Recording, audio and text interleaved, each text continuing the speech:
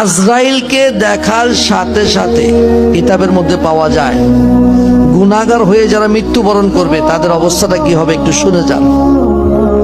আজরাইলকে দেখার সাথে সাথে গুনাহগার ব্যক্তির এমন একটা অবস্থা হবে, মৌতের যন্ত্রণা, আহা, যে আজরাইলের মধ্যে সমস্ত দুনিয়ার সাগর নদী নালার পানি যদি ঢেলে দেওয়া হয়, আজরাইলের মাথার 4 ভাগও ভিজবে না।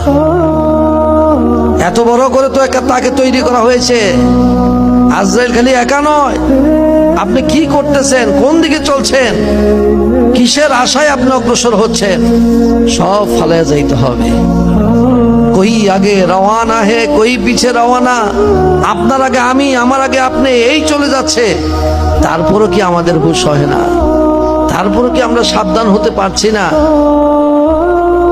ওই আজরাইল যখন সামনে এসে দাঁড়াবে, দাঁড়ানোর সাথে সাথে গুনাহগার ব্যক্তির প্রথম দর্শন করার সাথে সাথে তার মৌতের এমন যন্ত্রণা হবে।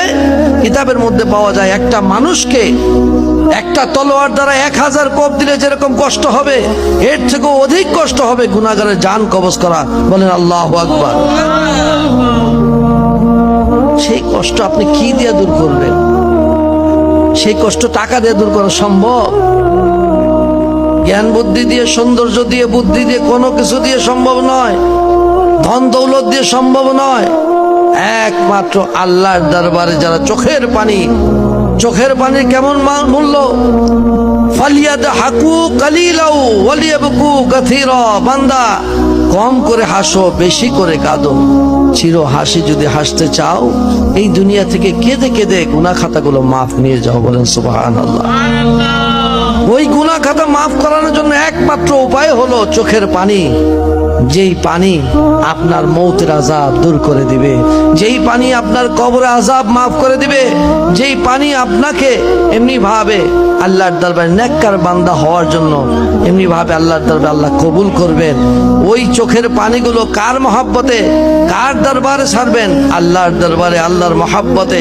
এমনি ভাবে গুনাহ মাফের আশায় যখন আপনি কাঁদতে পারবেন, আল্লাহ পাক ডাক দিয়ে বলবেন ফেরেশতাদেরকে, ফেরেশতারে দেখ আমার বান্দাগুলো ওই গ্রামের মধ্যে বসে, একটা বাড়ির সামনে উঠানে বসে এমনি ভাবে আমার কতগুলো বান্দা আমার আযাবকে তারা দেখে নাই, আমার দেওয়া কবরের আযাব তারা দেখে নাই, জাহান্নামের আগুন তারা দেখে নাই।